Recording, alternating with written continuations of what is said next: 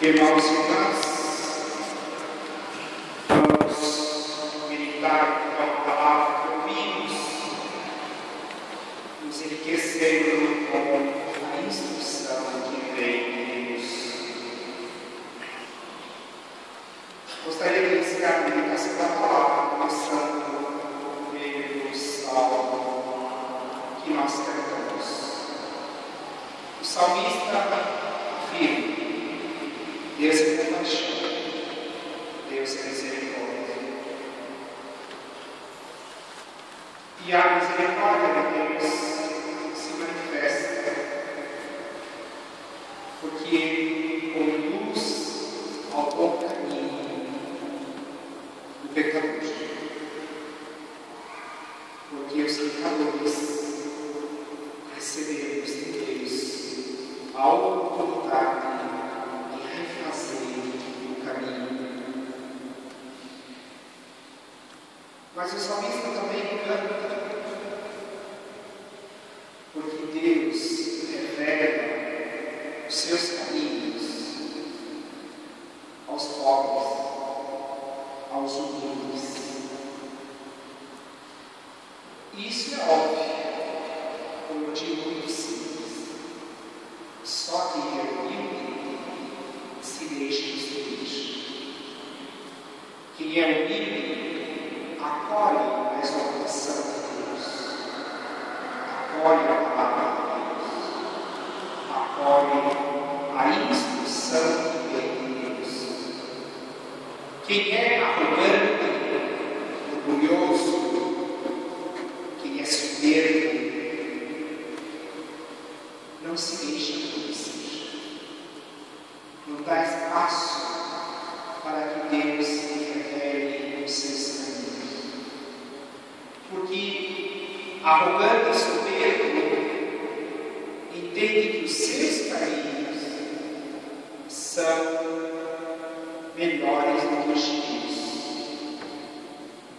Na arrogância, o soberbo e o pecador não permitem que Deus os instrua, porque estão cheios de si,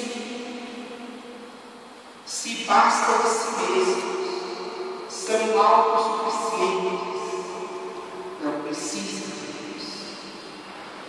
Então não é que Deus não queira converter o arrogante no soberbo.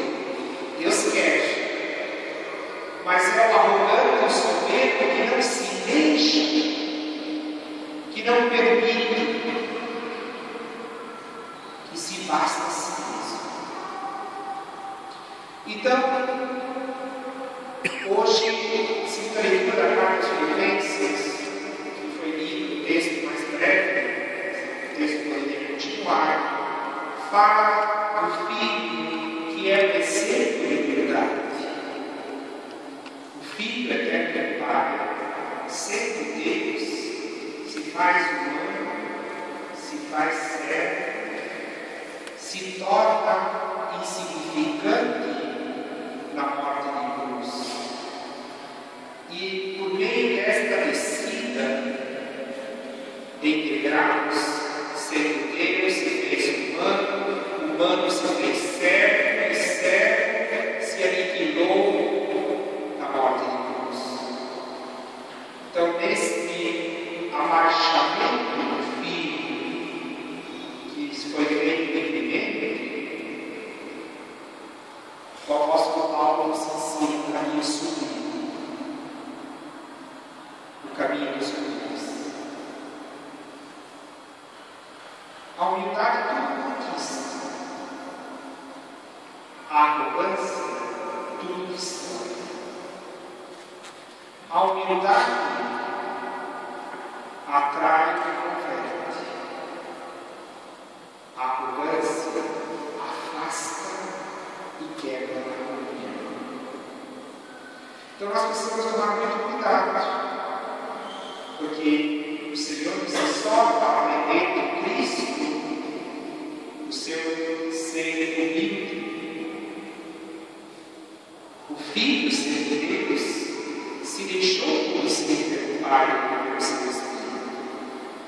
O Filho, na sua humanidade, acolheram a palavra do Pai, se deixou instruir pela vontade do Pai, e assim revelou a cada um de nós esta abertura incondicional à palavra de Deus, à unção de Deus, a este interesse que Deus tem por nós, de nos revelar os seus caminhos, de nos revelar a sua vontade. Mas sempre vai existir a possibilidade que cada um de nós tem de dizer sim a Deus ou de dizer não a Deus.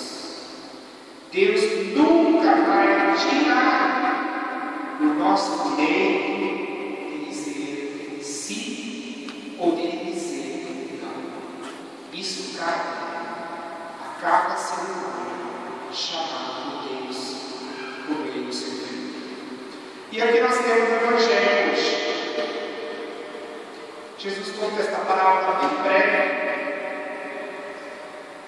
O pai chama o filho: você vai trabalhar? Você vai trabalhar na vinha? Não vou dar. E depois foi. E aí Jesus pergunta o óbvio: quem fez a vontade do Pai? Aquele que disse que sim e depois não fez? Ou que disse não e depois repensou e disse sim? E nós todos sabemos qual é a resposta. Não precisava nem ouvir no Evangelho dessa. Então, como nós aplicamos isso na nossa vida? Em princípio, nós que somos homens e mulheres de fé, crentes, pessoas religiosas, vamos dizer assim, aparentemente dizemos sim a Deus,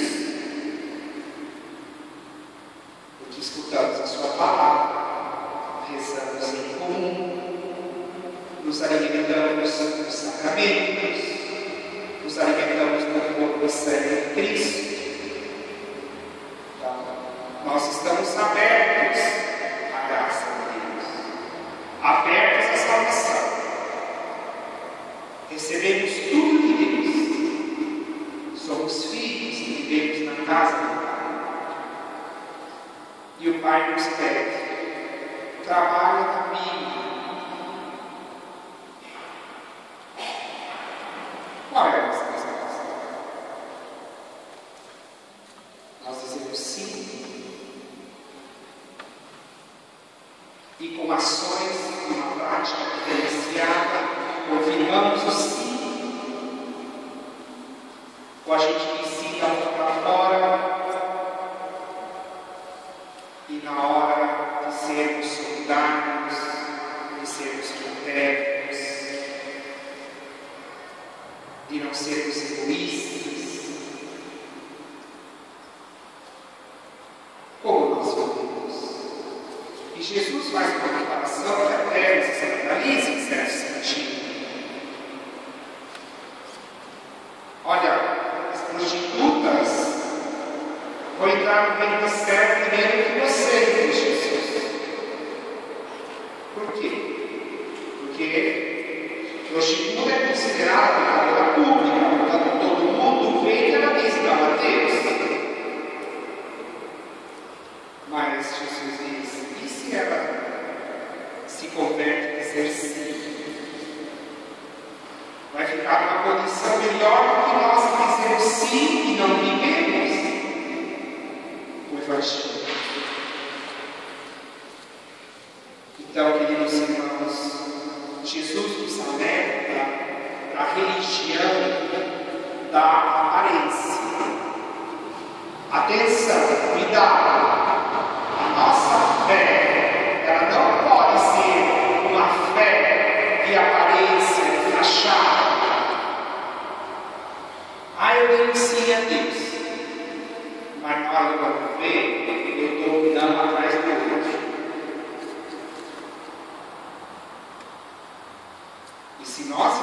nessa condição de dizer não a Deus, o Pai ainda nos restaura. Repense o caminho, repensemos o caminho, mudemos que Ele nos acolhe, nos perdoa e nos dá uma nova oportunidade. Então, queridos irmãos e irmãs, hoje vamos acolher a exortação de Deus que nos vem por meio do Evangelho do Seu Filho.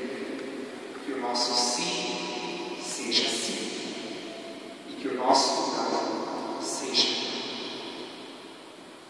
Fora disso, Jesus diz: vem do maligno, que o teu sim seja sim e que teu não seja não. Isso significa que o Senhor nos exorta a viver a nossa fé com coerência.